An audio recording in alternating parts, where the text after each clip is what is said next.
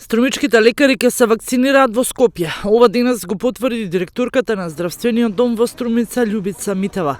Иако биле подготвени според протоколите, вакцинацијата на здравствените работници кои работат директно со ковид позитивни пациенти, сепак од Министерството за здравство било одлучено вакцинацијата да се спроведе во Скопскиот вакцинален пункт за COVID-19. Здравствениот инспекторат бил во контрола на здравствениот дом во Струмица, кој утврдиле дека ладниот ланец за складирање и чување на вакцинацијата ги исполнува условите.